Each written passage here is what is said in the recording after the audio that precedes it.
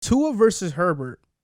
The Dolphins beat the Chargers. It was a pretty close game, but not really if you were watching the game. It felt like the Dolphins were in control of the game the entire time. But it's not about the game. It's about who played better between the two rookie quarterbacks, the fifth overall pick in Tua and the sixth overall pick in Justin Herbert. Who was the better quarterback that game to you guys? I thought it was pretty clear. I mean, Tua had the better game, I would say. You look at the numbers, they're fairly similar. Tua was 15 to 25, 169 yards, two touchdowns, no turnovers, which is one of the more important things I'll get to. Herbert, 20 of 32, 187 yards, two touchdowns, and a pick. But, the Dolphins also have a world's better defense. They have better coaching. They made another huge special teams play. Van Ginkel seems to be like the diamond in the rough of this latest draft class. But all around, they are just supporting Tua much better. And you look at Herbert, I feel like he's trying to force more because it seems like he's always playing from behind. And we've talked about it when we've talked about Justin Herbert in past videos. Tua doesn't have that problem, and it leads to him being more comfortable and more efficient. And that efficiency is what's made him so special so far through his first three starts. He is one of two quarterbacks in the Super Bowl era to go through his first three starts without a turnover. And that's what's made him so good in his short span of playing is, normally you see rookies trying to force things, making mistakes, but he's slowly easing himself into this offense and making big plays while not forcing them and making mistakes. That's the thing that's impressed me most. But I think in this one, clearly Tua was the better player.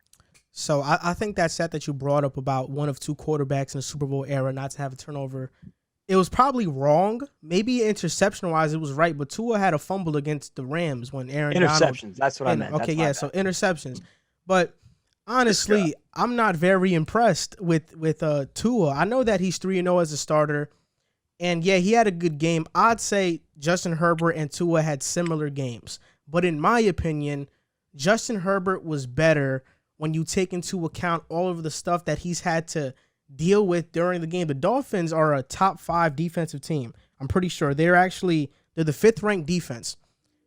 The Chargers are the 22nd ranked defense. In reality, Tua should have had about 200 or 300 passing yards on his Chargers defense.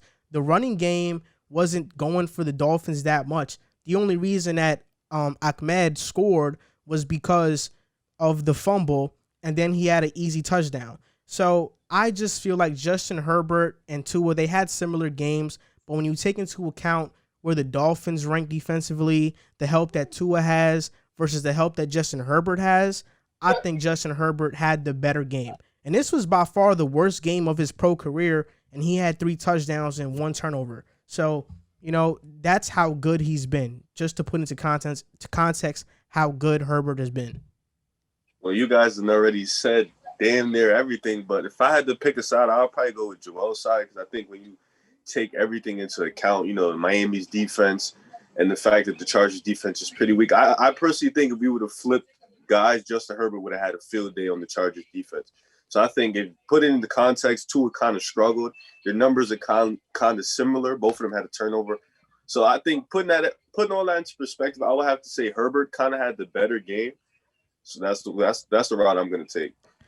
And honestly, I feel like we all just kind of said the same thing in 3 different ways. Like I was trying to, maybe I misstated what I was saying, but like Herbert has to do more. There's no question about it because his defense is terrible and he doesn't have the system around him that is as good as Tua has. And I think that leads to Herbert doing more impressive things and making better plays because he has to keep them in the football game. But Tua, I feel like he's easing into things, and I've seen signs out of him that I like. And from his first start to now, I feel like it's definitely fair to say there's been improvement, and at least in comfortability and pocket presence, making the right decisions, making smarter plays. And I feel like he is just settling in right now. I think that he had it's hard for me to say who had a better game. They had 2 different games. Herbert made a few more mistakes because the Dolphins have such a good defense, and they're going to do that to any quarterback. So it's not a knock on Justin Herbert, but Tua, I feel like, was more efficient, more because of what is surrounding him. So like I think Riv just said this. If you put Herbert in Tua's shoes, I'm sure that he would be lighting the world on fire.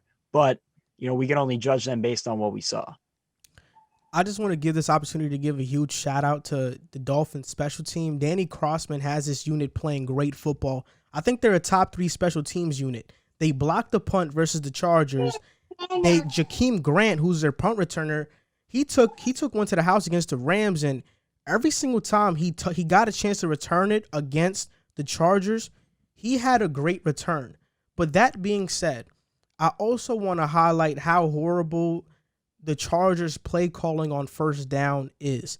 Their offensive coordinator, Shane Steichen, hopefully I said that right, but I feel like whenever I watch the Chargers on first down, it's always an inside zone. It's a shotgun. It's an inside zone to Balaj or Kelly. They did this multiple times. And the play that personifies this the most is that when the Chargers were down, the Chargers were down. It was under 4 minutes left. There was 3 minutes and 50 seconds to be exact. The Chargers are down 2 scores, 2 possessions. The play they call on first down is a halfback draw from the shotgun. Every single time the Chargers called the first down play, it was an inside zone. And I feel like it was super frustrating to watch because I think the play calling was a big factor into why Justin Herbert didn't have the game that he had. I know he got intercepted by Xavier Howard. It was kind of some miscommunication because I think Mike Williams was running a curl route or an out route, and Xavier just jumped it. He leads league in interception, so he's a great corner. And that's pretty much what happened. But outside of that, I didn't really see too many mistakes from Herbert. There was one near interception where Denzel Perriman almost intercepted him because the ball got tipped up. But outside of that, I didn't really see any mistakes, like glaring and eye-popping mistakes from Herbert.